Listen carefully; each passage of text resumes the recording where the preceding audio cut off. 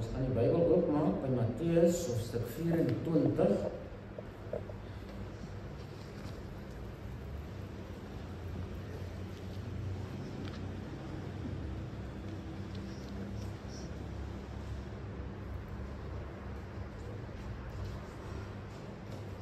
Matteus 24. Baie bekende gedeelte wat gaan oor die eindtye waar ons nou lewe, né? Die einde is op hande, mense, dit is baie naby. So, ons gaan net so 22 verse lees. Ons regtig moet die kleiner maak.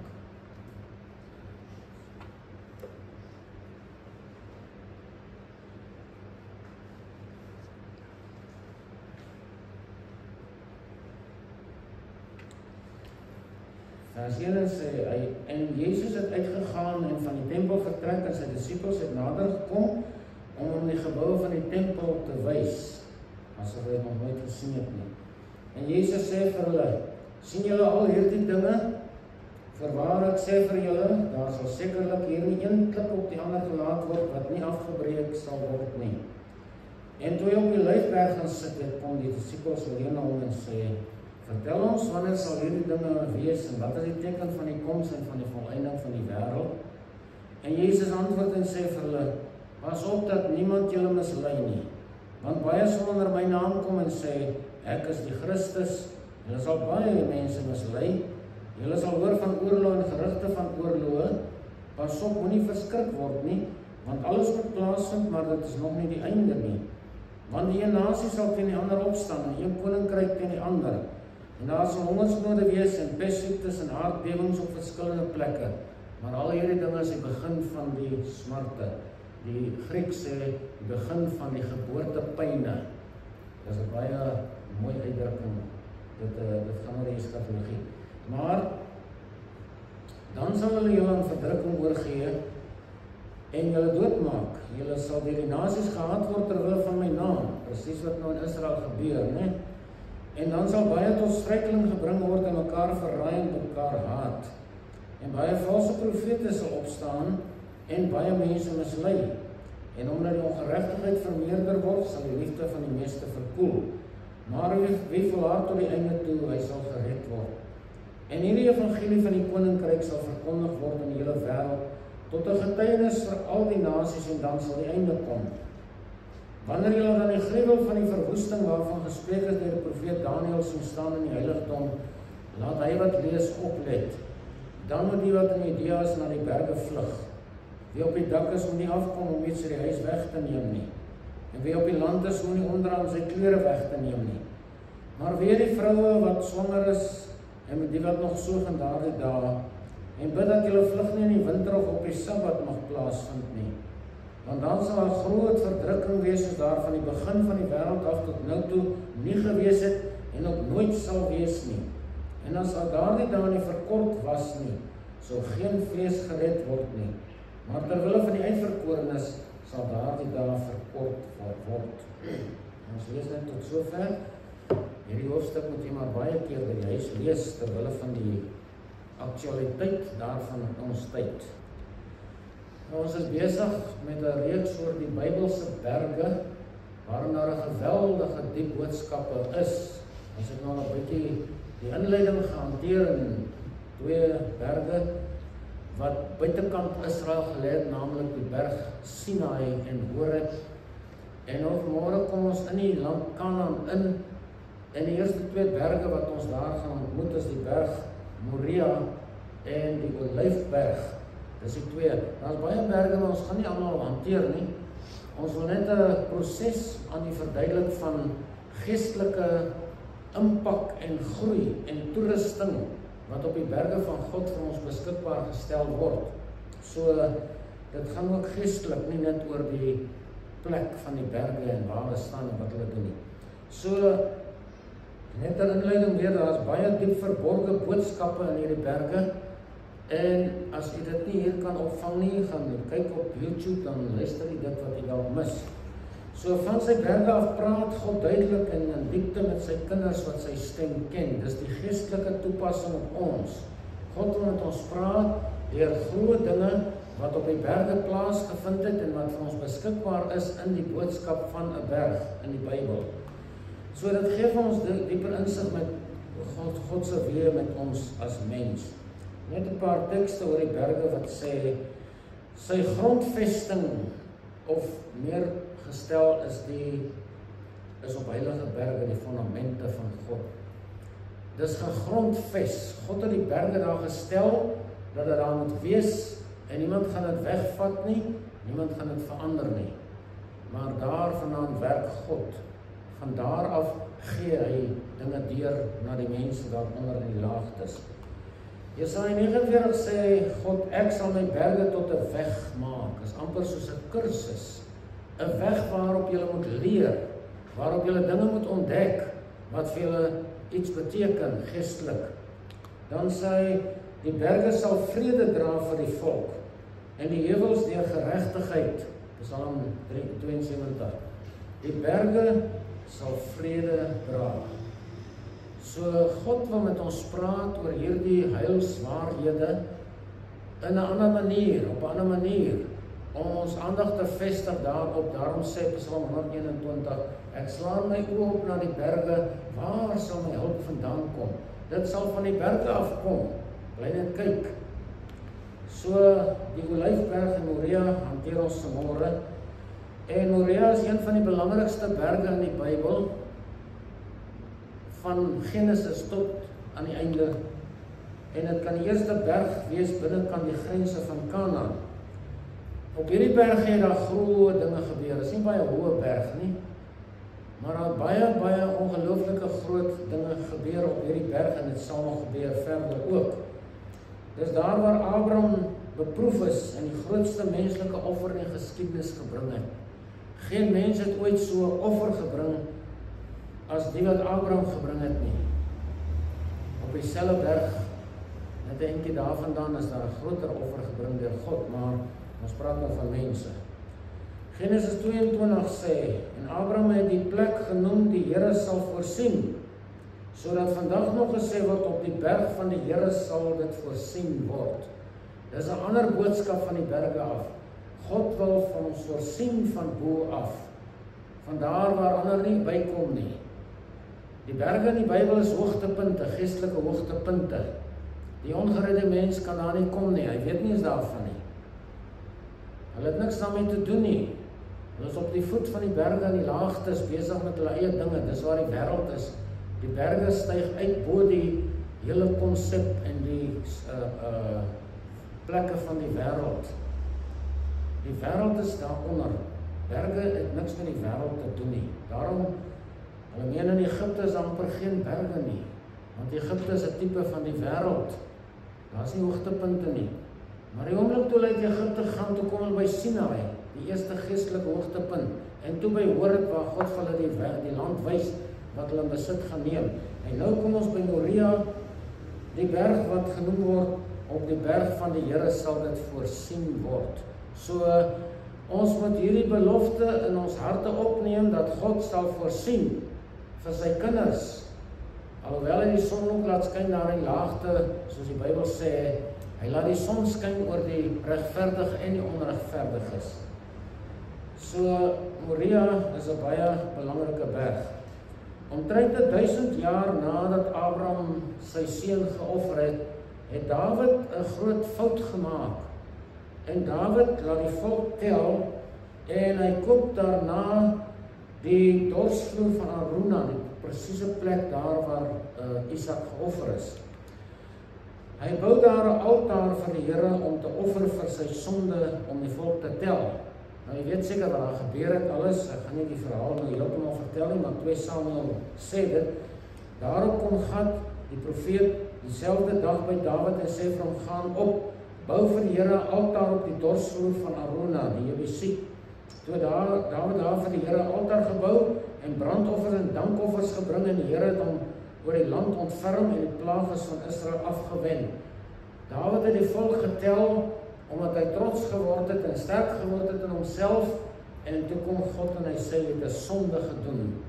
Dis my volk, is nie jou volk nie. Jy het niks te doen met hoeveel daar is nie, net so die gemeente. Dis nie my gemeente, dis God se gemeente. Jy het niks te doen met hoeveel jy is of nie is nie. So, Dawid het toe belydenis gedoen en toe sê God vir hom, jy kan een van 3 dinge kies. En Dawid kies die een saak. En 'n engel kom en hy dood 70.000 mense. En toe hy op pad is Jerusalem toe sê Dawid, of toe sê God hy berou en hy keer die saak. En dis toe dat Dawid hierdie dorsvloer gaan koop en 'n altaar vir God daar bou in dankbaarheid en in erkenning dat hy die plaag weggeneem het en die volk nie uitgewis het nie. So, na sy dood bou Salomo toe 'n tempel daar op dieselfde plek. En Salomo se tempel bly vir 400 jaar, toe breek Nebukadnesar dit af. En 70 jaar later word die tempel herbou. En Herodes het 'n aandeel daaraan gehad om die tempel mooi te maak en te vergroot. En 70 jaar daarna word die tempel afgebreek en verwoes. Ons het nou gelees dat Jesus sê, toe hulle van die gebou wys, hier sal sekerlik nie een klip op die ander gelaat word voordat alles afgebreek word nie. Titus was 'n vreeslike, lelike Romeinse keiser wat alles net wou doodmaak en verwoes. En in 70 jaar na Christus toe gee bevel dat die tempel afgebreek word en sy soldate het gekom. Hulle het die groot rotsblokke het hulle afgebreek en hulle tempel afgebrand en die goud het tussen daardie stene ingeloop. Hulle het met die bajonette en goed die goud uitgegrawe. Vandag is daar net 'n paar blokke in die klaagmuur wat oorgebly het van die tempel waar die Israeliete nou elke dag gaan bid.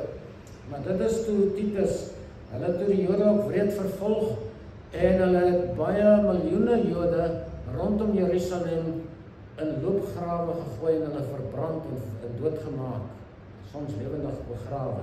So dit was 'n lelike saak. Die toekomstige tempel gaan eersdaags ook daar gebou word. Ek het gisteraand weer gekyk na die vordering vir die bou van die tempel. Alles is gereed. Die implemente van die tempel is alles klaar voorberei. Die harpe is daar. Alles is reg, behalwe een ding. Daar moet 'n rooi vers geoffer word. Eintlik 5 sê hulle. Gaan geoffer word en 3 van die verse is klaar reg om geoffer te word. En dan gaan hulle die as van die verse vat om daardie implemente van die tempel te heilig, soos hulle dit noem. Hulle gaan dit heilig met daai as van die vers, die rooi vers. Nou ja, dis alles gereed en hulle is besig daarmee. Baie van die mense is besig om die klipstene van die tempel klaar reg te maak en so die tyd is kort. In daai tempel gaan die anti-kris kom sit een van die dae, so daai tempel moet vinnig gebou word. So, dit is Moria. Moria waar die grootste offer ooit gebring is deur 'n mens. Daarom noem ons dit die offerberg van God. Hier is die grootste menslike offer ooit gebring en hier is geloof deur 'n offer verwesenlik. Hier is geloof deur 'n offer verwesenlik. Abraham se geloof is hier prakties in werking gestel en bewys. En daarom noem ons hom die vader van die gelowiges. Op hierdie berg wil God hê moet ons offers bring. Daar moet 'n Moria in elkeen van ons se lewens wees. En ons moet dit onthou.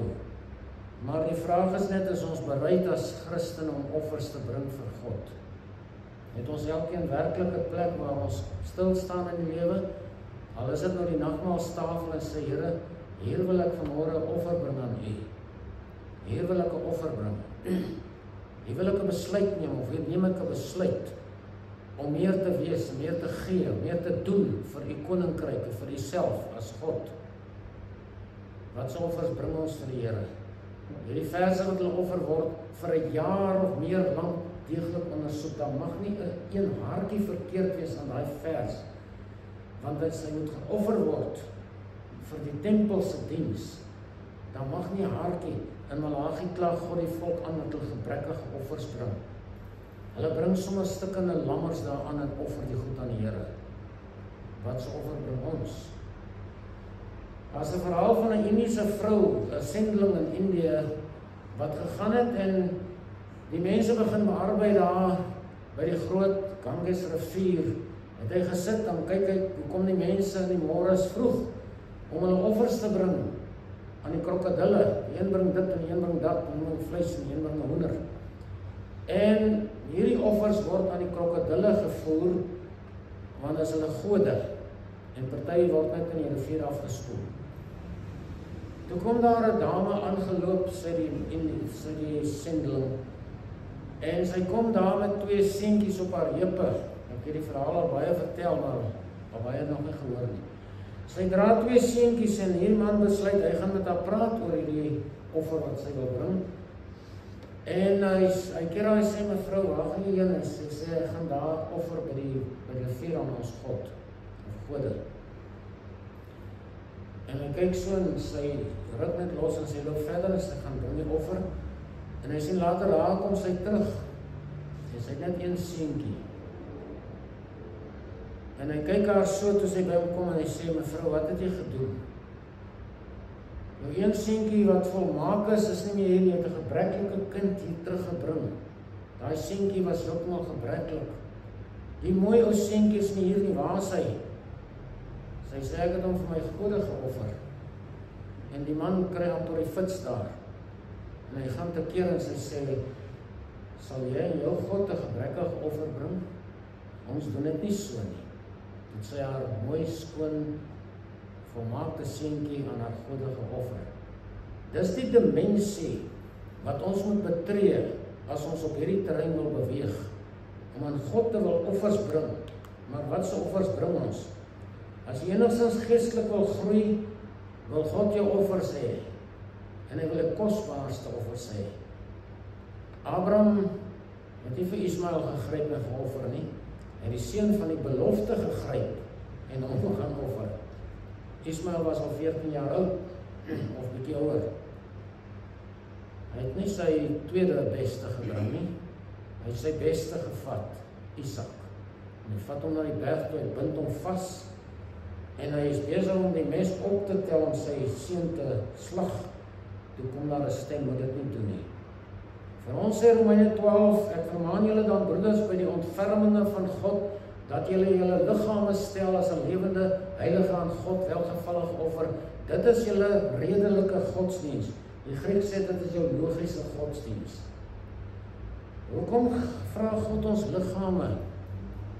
Dat julle liggame stel as 'n lewende, heilige aan God welgevallige offer.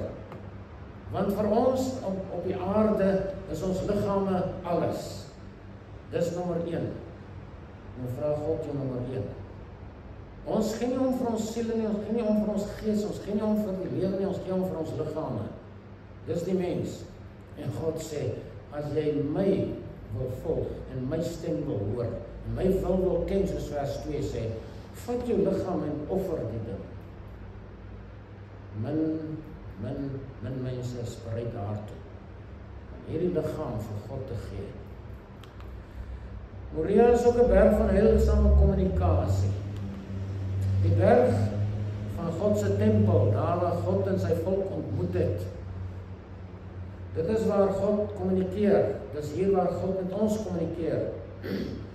Maar jou liggaam, as jy hom aan God geoffer het, is heiliger as die berg se tempel, want jou liggaam is ook veronderstel om 'n tempel van die Heilige Gees te wees, en God wil hier met jou kommunikeer.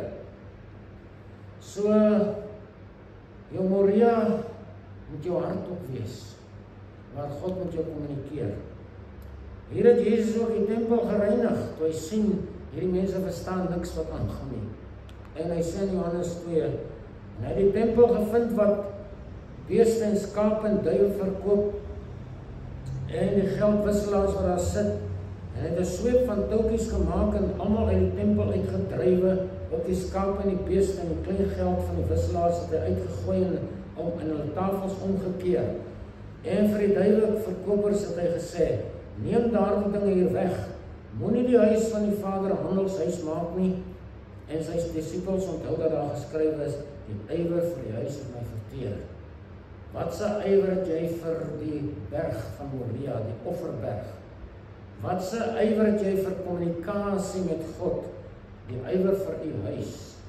God wil hier met ons kommunikeer, maar hy wil ook persoonlik met jou kommunikeer waar jy ook al is. of jy in die motor is, en of jy op die bed is, of jy in die veld is, en of jy in die kar is, God wil met jou kommunikeer. Moria spreek van heilsame kommunikasie. Die tempel spreek van heilsame kommunikasie. So, ons kom by die Olyfberg. Op hierdie berg vind baie dinge plaas. Ons lees Matteus 24, en toe hy op die Olyfberg gaan sit het, is sy mond geopen en geweldige groot goed gesê. Maar dis maar een afdeling daarvan.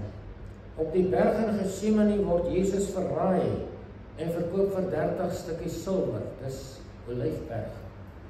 Getsemane is teen die hang van die Olyfberg. Daar het Judas hom verraai vir 30 silwer stukke. Dis wat daar op die Olyfberg plaasvind.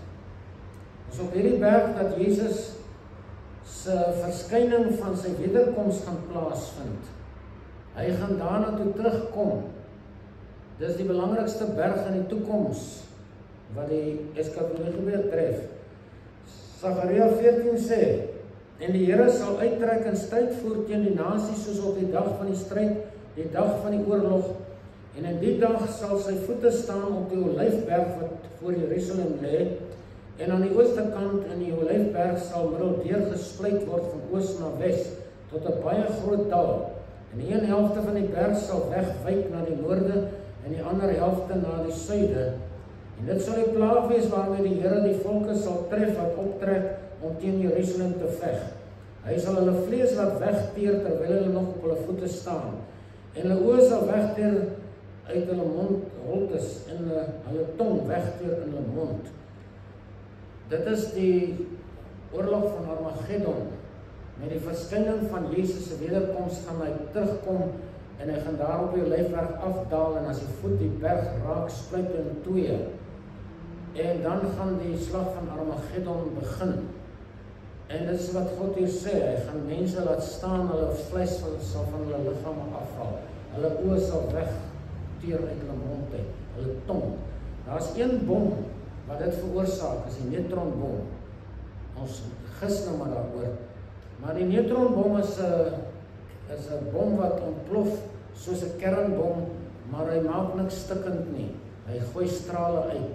En is so dat as hy enige iets wat water in het of vog in het tref, dan verdwyn dit, dan vernietig hy dit. Dis omtrent die beskrywing van wat hier plaasvind, dat die mense se vleis sal van hulle afval. Dis nie te sê Jesus hoef bomme te gebruik nie, maar Israel het nie die bomme, hulle blykbaar 80 van hierdie plofkoppe. Dis al in 'n lang tyd terug wat hulle het gesê, maar goed, dis die Olyfberg. Dis 'n belangrike berg waar Jesus gaan terugkeer, maar hierdie was ook die berg van gebed, die berg van die bidders. Bo op die Olyfberg is daar 'n plek wat bekend was in Israel, die plek van gebed. Ek gaan nou nie die Hebreëse naam daar versê nie, maar die plek van gebed, daar's 'n plateau gewees daarbo, amper soos ons gister gehad het, en die mense daar by mekaar gekom, en daar het hulle gaan bid. En wanneer hulle ernstig was, het hulle opgeklim op die berg om daar te gaan bid, om alleen te wees en so meer. In sy stryd met Absalom vlug Dawid as 'n man van gebed na hierdie plek. Dawid het baie daar gebid. En ons lees hier in 2 Samuel 15, en Dawid het die hoogte van die olywe opgeklim, terwyl hy alweer loop en ween, en sy hoof was bedek, en hy het kaalvoet geloop, en al die mense wat by hom was, het hulle elkeen sy hoof bedek en opgegaan en alweer geween. En toe Dawid bo kom op die top, waar hulle God aanbid het, die plek van gebed, ontmoet Jesai die arkitom daar, met geskeurde rok en grond op sy hoof, die priester. So daar het gebed plaasgevind, 'n ongelooflike, intensiewe vorm en tyd van gebed. Wanneer mense in nood was, het hy soontoe gegaan. Soos Dawid, hy vlug, hy loop kaalvoet, hy het as en sak opgegaan en sy kop toegemaak en so meer. En daar kom toe die profeet al klaar daar in dieselfde toestand. En hier het God Dawid se hele lewe begin verander deur gebed. Jesus het ook altyd op die Olyfberg gaan bid. Ek het die vorige boodskappe vir u die skrif gegee van hoe Jesus daar gaan bid het. Dit was ook die berg waar profetiese lig skyn. Matteus 24 sê, en toe hy op die Olyfberg gaan sit het, kom die disippels alleen om en sê, vertel ons, wanneer sal hierdie dinge gebeur en wat is die teken van die koms en van die volëinding van die wêreld? En Jesus antwoord hulle en sê, pas op dat niemand julle mislei nie. So hy wil nou alle moontlikhede op sy skuif dat mense mislei kan word, sê, pas op, wees wakker dat niemand julle mislei nie. Want baie valse profete sal in my naam kom en sê ek is die Christus en so gaan hy aan. Hier gee Jesus die profetiese rede. Dit is die insig in die toekoms, profesie van die toekoms. En ons het nou gelees van wat ons betref en wat dinge vorentoe nog gaan betref. Maar ons staan nou met ons voete saam met Jesus op die Olyfberg, want die tyd is daar. Die tyd het gekom dat hierdie dinge 'n werklikheid word soos nooit tevore, in geen opsig nie. Geen woorde is vir ons belangriker vandag as dat Jesus sê, pas op dat niemand julle mislei nie. Die hele profetiese rede gaan daarom dat Jesus ons die waarheid wil vertel, vir ons insig wil gee, wat ons moet gebruik om ons lewens sinvol te lewe en voor te berei vir die koms wanneer hy terugkom om ons te kom haal. Maar daar gaan insette kom van orals af en sê, hierdie is beter as daardie. Ek glo meer dit en dat as daardie woord. En mense kom met nuwe dinge en allerhande aanvoegsels en byvoegsels by die woord van God. Jesus sê, hy het verder weer gesê, pas op, moenie mislei word deur valse profete en so meer nie. So hier is 'n profetiese program waar Jesus ons wil beskerm en lei na die koms om gereed te wees wanneer hy terugkom, om op daai berg waar hy die rede gegee, die waarskuwings gegee, die lig gegee het, om daai berg te kom split en daarvandaan die 7 jaar van verdrukking te kom doen. So misleiding is die vyand van die se magtigste wapen, grootliks. 2 Timoteus 4 sê, daar sal 'n tyd wees wanneer hy gesonder leer nie sal verdra nie, maar omdat hulle in hulle gehoor gestreel wil wees, sê die Bybel. Hulle menigte leraars sal versamel volgens hulle eie begeerlikhede en die oor sal afkeer van die waarheid en hulle sal wend tot fabels. Fabels lyk baie oulik en klink goed en is mooi, maar 'n fabel het geen werklike waarde nie, geen morele waarde nie, niks nie. Hulle sal hulle oor afkeer van die waarheid en hulle wend tot fabels. Is dit nie wat vandag aangebied word op alle terreine vir die mens nie? Daar is nou baie vordering in die tegnologie, die AI en so aan, waar hulle probeer om die mens vir altyd te laat lewe, weer te karring aan die mense gene en dinge. En dit is alles dinge waarna die mense kyk en sê, ek gaan nou geld spaar om daai ding te koop, dat ek lang kan lewe. Dan sal jy by uitkom nie, want God sal dit nie toelaat nie, maar dit is fabels. Verder sê hy, maar die Gees sê uitdruklik dat in die laaste tye sommige van die geloof afvallig sal word en leringe van duiwels, verleidende geeste en leringe van duiwels sal aanhang.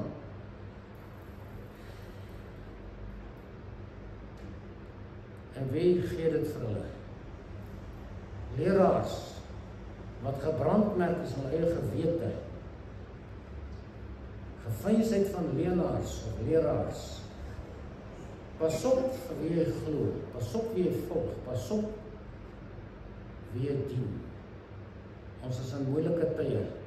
Die misleiding is ongelooflik groot. Verleidende geeste en leringe van duiwels. Mens sien baie keer mense van die pad van die Here afwyk na nuwe leringe en ander leringe wat nie in die Bybel is nie. Daarom moet jy die Bybel ken en moet weet wat jy glo. Die profetiese rede is 'n boodskap van hoop vir die kinders van God, die hoop op sy wederkoms. Dis nie droewige dinge nie, dis die grootste verdrukking, sê Jesus, wat ooit bestaan op die aarde wat kom. En mense raak bang daarvoor. Maar 'n kind van God moenie bang raak vir sulke dinge nie, want ons gaan dit nie beleef nie. En Johannes 2:3 sê, Geliefdes, nou is ons kinders van God, en dit is nog nie openbaar wat ons sal wees nie, maar ons weet dat ons, as hy verskyn, aan hom gelyk sal wees, omdat ons hom sal sien soos hy is. En elkeen wat hierdie hoop op hom het, reinig homself soos hy rein is. Jy maak los van die wêreld, jy maak los van misleiding, jy maak los van sonde, reinig homself soos hy rein. As jy werklik glo Jesus gaan terugkom, en sy kinders kom haal, sal jy jou losmaak van al die goed wat nie goed is vir jou nie. En het sluit sonde in, en het sluit mooi dinge in, en lekker dinge ook. So hou op eet asseblief. Die berg is die berg van heilige beloftes. Heilige beloftes. 'n belofte van sy wederkoms. Hy kom weer. Die belofte van die Heilige Gees is hier gegee. Die uitstorting van die Heilige Gees. Johannes 16 sê Jesus voorlopig, maar ek sê julle die waarheid, dit is vir julle voordelig dat ek weggaan, want as ek nie weggaan nie, sal die trooster nie na julle kom nie, maar as ek weggaan, sal ek hom na julle stuur. Daar het hy gepraat van die koms van die Heilige Gees, waar sonder ons geen geestelike lewe kan hê nie. Handelinge 1 vers 8 sê hy, maar julle sal krag ontvang wanneer die Heilige Gees oor julle kom en julle sal my getuies wees. En daarop draai hulle om na Jerusalem, van die berg af wat genoem word Olyfberg. Want naby Jerusalem is 'n Sabbatsreis ver. Dis daar waar Jesus hierdie dinge gesê het.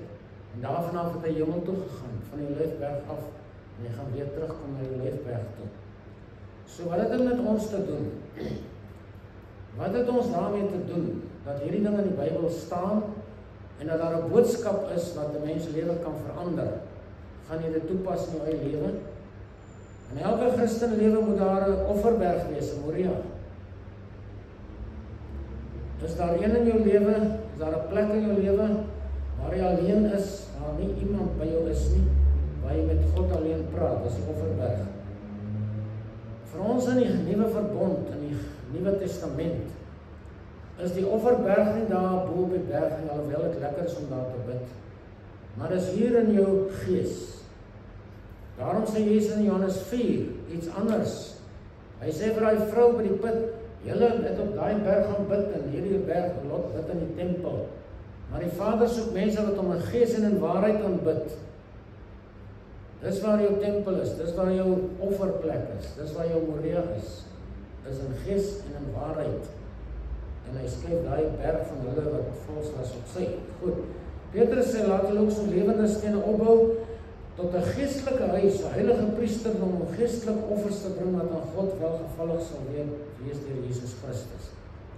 God wil van ons geestelike offers hê. Daarom moet ons saamkom en saam bid, saam sing, saam die Here dien. Anders staan jy alleen daar een kant, en jy mis alles. Moenie alles mis nie. Psalm 51 sê die offers van God is 'n gebroke gees. 'n gebroke en verslae hart sal jou God nie verag nie. God sal jou offers nie aanvaar voordat jy aan die einde van jouself gekom het nie. Voordat jy in die moeilikheid geraak het en uit jou nood uit jou hart oopmaak, jou gees oopmaak en jou gemoed oopmaak om hom te ontvang en te sê, Here, van nou af is die koning in my lewe. Van nou af sit jy op die troon. Dis die offers. Jou offer aan God moet jou liggaam wees. Dis waar dit begin. Dis maar net die begin, maar dis die grootste offer. Die ander daarna sal baie makliker wees as ons liggame aan hom offer. Baie makliker. So, Psalm 96 sê, gee aan die Here die eer van sy naam, bring offers en kom in sy voorhowe. Met ander woorde, kom kerk toe. En kom daarna 'n plek waar jy God ontmoet. Bring offers en kom in sy voorhowe. Efesiërs praat van ons, wees dan navolgers van God soos geliefde kinders en wandel in liefde, soos Christus ons ook lief gehad het en hom vir ons oorgegee het as 'n gawe en offer aan God tot 'n lieflike geur. Hy het die voorbeeld gestel. En hy sê, doen dit soos hy dit gedoen het, soos Christus. Moet ons dit doen. Ja, daar moet ook 'n olyfberg in jou lewe wees, 'n spesiale plek van gebed. Moria is ook 'n plek van gebed, maar meer van offers. Matteus 6 vers 16, maar wanneer jy bid, gaan in jou binnekamer en sluit jou deur en bid jou Vader wat in die verborgene is, En jou Vader wat in die verborgene sien, sal jou in openbaar vergelde. Hy praat hier in kontras met die Fariseërs wat oral op die hoeke van die strate gestaan en bid het. Hy sê, dis nie wat God wil hê nie, dat die mense moet hoor hoe mooi bid ek en hoe baie bid ek nie. Hy sê, wat God eerder wil hê is, gaan sluit jouself toe in die binnekamer en bid daar, en daar sal God jou hoor en hy sê in openbaar vergeld. Daai mense is nie vergeld in openbaar nie. Hulle hou aan, warra die hele dag tot die nag toe niks gebeur nie. 'n berg van profetiese insig en perspektief moet daarvan wees. Bestudeer jy die profeseë, bestudeer jy openbaring waar God vir ons soveel seën beloof. Elkeen wat hierdie boek lees sal seën ontvang. Dis die enigste boek wat seën beloof. Johannes 16 sê, maar wanneer hy gekom met die gees van die waarheid, sal hy julle in die hele waarheid lei, want hy sal nie uit homself spreek nie, maar alles wat hy hoor, sal hy spreek en die toekomstige dinge aan julle verkondig. Die Heilige Gees sê vir ons, dit is waar, Jesus kom weer, daar is 'n wegraping, daar is 'n verdrukking, daar is 'n verskyning van sy wederkoms, daar is 'n 1000-jarige vrederyk. Net die Heilige Gees kan jou oortuig dat dit waar is. Van vroeg in ons lewe en bestaan en die mense ons kerk vervolg oor hierdie boodskap. Baie vervolg, omdat ons die waarheid gedra het. Maar nou begin almal saam praat. Almal praat nou saam, ja, die koms van die Here is naby. So, dan moet 'n berg van beloftes vir jou wees. Hier's 'n hakplek in die Christendom. 'n Baie groot probleem. Psalm 119 sê, hoe soet is die beloftes vir my verhemelte, meer as heuning vir my mond. Nou wat doen ons nou? Ons gaan winkel toe en ons koop 'n klomp kaartjies waarop daar mooi tekste geskryf is en môre trek ek een en ek sê, dis my belofte van God vir die dag. Jy spot met jou siel, met jou gees, met jou hart. Belofte van God is baie ernstige dinge. Dis nie 'n dingetjie wat jy versin nie.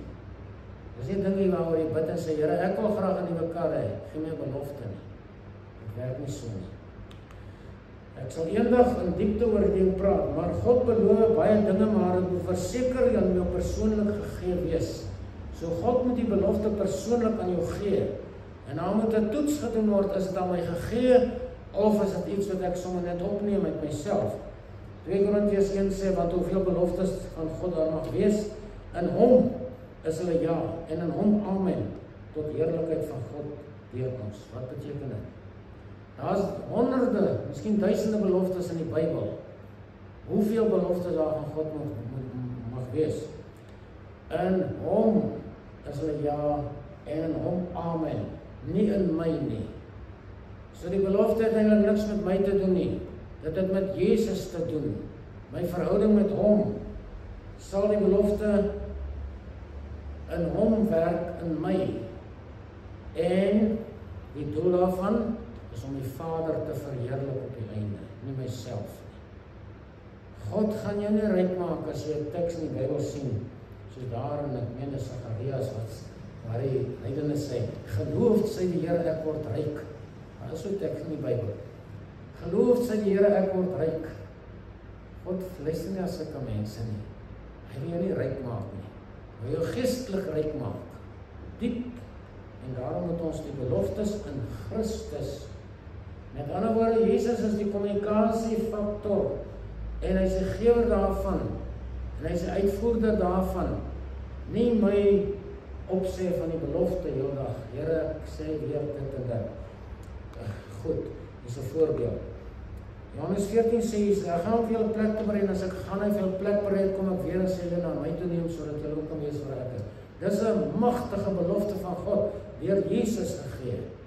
Ek gaan plek berei, ek kom weer, ek gaan julle na my toe neem. Niemand kan hierdie belofte betwyfel nie. Maar het jy dit al jou eie gemaak, sodat dit 'n effek in jou lewe kan hê, en God kan verheerlik. So kom ons dink daaraan. Here, baie dankie vir die beloftes in die woord. Baie dankie vir die gebedsplek, die berg Moria. Baie dankie vir die Olyfberg waarin ons lesse kan leer. Leer ons asseblief meer en meer van U lieflike naam asseblief. Dankie vir hierdie dag, dankie vir ons samesyn. Vergesel ons asseblief saam na die tafel van die Here, sodat U daar ook verheerlik kan word in en deur ons. Amen.